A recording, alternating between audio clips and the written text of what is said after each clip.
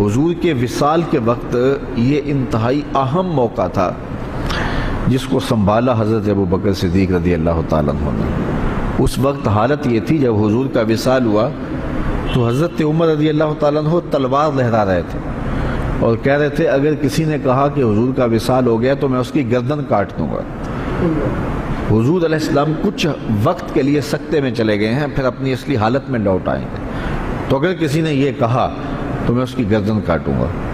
حضرت زید بن عبداللہ کے بیٹے جا کے اپنے باپ کو خبر دیتے ہیں باغ میں کہ ابا جان حضور کا انتقال ہو گیا، تو وہ وہی ہاتھ اٹھا کے اللہ کی بارگاہ میں عرض کرتے ہیں اللہم اذہب بصری حتی لا ارا بعد حبیبی محمد احدا صلی اللہ علیہ وسلم۔ وہ کہتے ہیں اے اللہ میری آنکھوں کی بینائی اچک لے، میں ان آنکھوں سے اب حضور کے علاوہ کسی اور کو نہیں دیکھنا چاہتا۔ حضرت انس بن مالک رضی اللہ تعالیٰ عنہ فرماتے ہیں کہ جب حضور مدینے میں داخل ہوئے اس دن سے روشن دن میں نے نہیں دیکھا، اور جس دن حضور کا وصال ہوا اس دن سے تاریک دن میں نے نہیں دیکھا۔ بلال حبشی شہر مدینہ چھوڑ گئے کہ اب ان گلیوں میں حضور نظر نہیں آتے تو شہر میں رہ کے اب کیا کرنا ہے۔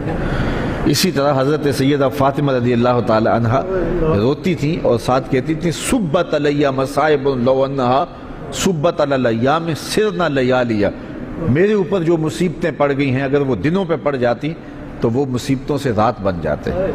وہ غضبہ نامی اونٹنی جو حضور کی سواری تھی، اس اونٹنی سے حضور کا ہجر برداشت نہ ہوا، وہ حضرت سیدہ فاطمہ زہرا کی دہلیز پر سر رکھ کر کے روتی رہتی تھی اور باقاعدہ اس حال میں اس نے انتقال کیا۔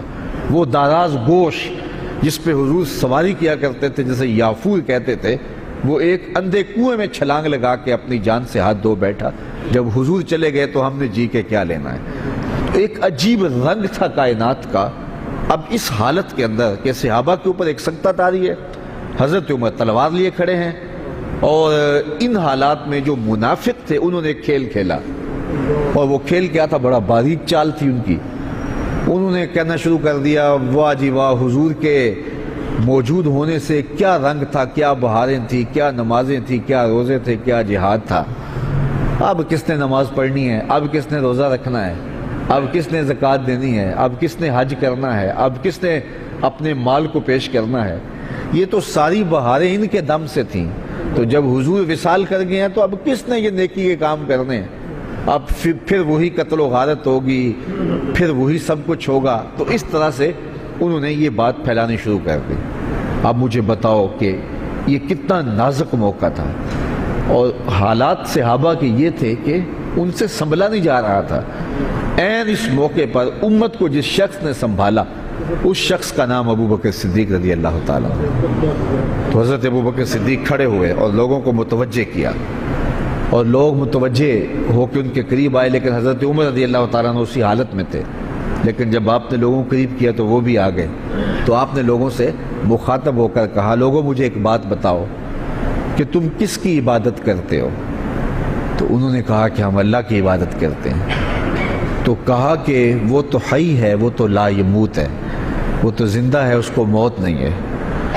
اور حضور اللہ کا فرمان اور حکم لے کر آئے تھے، اور جو ذمہ داریاں تھیں وہ نبھا کے حضور چلے گئے۔ اور پھر آپ نے وہ آیت پڑھی وما محمد اللہ رسول۔ صحابہ فرماتے ہیں ہمیں پتہ چلا کہ یہ آیت اس موقع کے لیے نازل ہوئی تھی، ہمیں پہلے کبھی اس کی طرف توجہ ہی نہیں ہوئی تھی۔ اور پھر فرمایا کیا جس دین کے لیے رسول اللہ نے اپنی ساری زندگی لگا دی، حضور نے اپنی ساری جوانی لگا دی، حضور نے ایک ایک لمحہ جس دین کے لیے صرف کر دیا، کیا حضور کے وصال کرنے کے بعد تم اس دین کو چھوڑ دو گے؟ صحابہ نے کہا کیوں چھوڑیں گے، ہم تو کھڑے ہوں گے اس دین کے لیے۔ تو کہا پھر حضور چلے گئے اور تمہارے کندھوں پہ یہ ذمہ داری ڈال گئے ہیں، اب اٹھو اور اس دین کا جھنڈا لے کے پوری دنیا کے اوپر نکلو۔ اور اس جملے نے امت کو کھڑا کر دیا۔ تو اس وقت منافقین جو چال چل رہے تھے اور اسلام کے خلاف جو باریک چال چل رہے تھے، اگر حضرت صدیق اکبر رضی اللہ تعالیٰ عنہ بھی اس وقت اسی حالت میں چلے جاتے جس حالت کے اندر باقی لوگ صدمے سے نڈھال تھے، تو مجھے بتاؤ کہ کون سنبھالا دیتا اور کون جو ہے وہ اس وقت امت کو سنبھالتا۔ تو حضرت ابوبکر صدیق رضی اللہ تعالیٰ عنہ نے اس موقع پر امت کو سنبھالا۔ دوسری بات یہ ہوئی کہ امت تقسیم ہونے لگی تھی، یہ بات طے ہونے لگی کہ انصار سے خلیفہ ہوگا اور ایک مہاجرین سے ہوگا۔ اس موقع پہ حضرت ابوبکر صدیق نے جا کے کردار ادا کیا اور امت کو اس نازک موقع پہ تقسیم ہونے سے بچا لیا۔ آج لوگ کہتے ہیں کہ ادھر حضور علیہ الصلوۃ والسلام کا جست انور پڑا ہوا تھا اور انہیں خلافت کے معاملے پڑے ہوئے تھے، اور میاں یہی تو کام تھا ذمہ داری کا جو کرنے کا تھا، جو حضرت سید صدیق اکبر نے کیا۔ اس وقت اگر نہ اٹھتے تو امت دو حصوں میں تقسیم ہو چکی ہوتی۔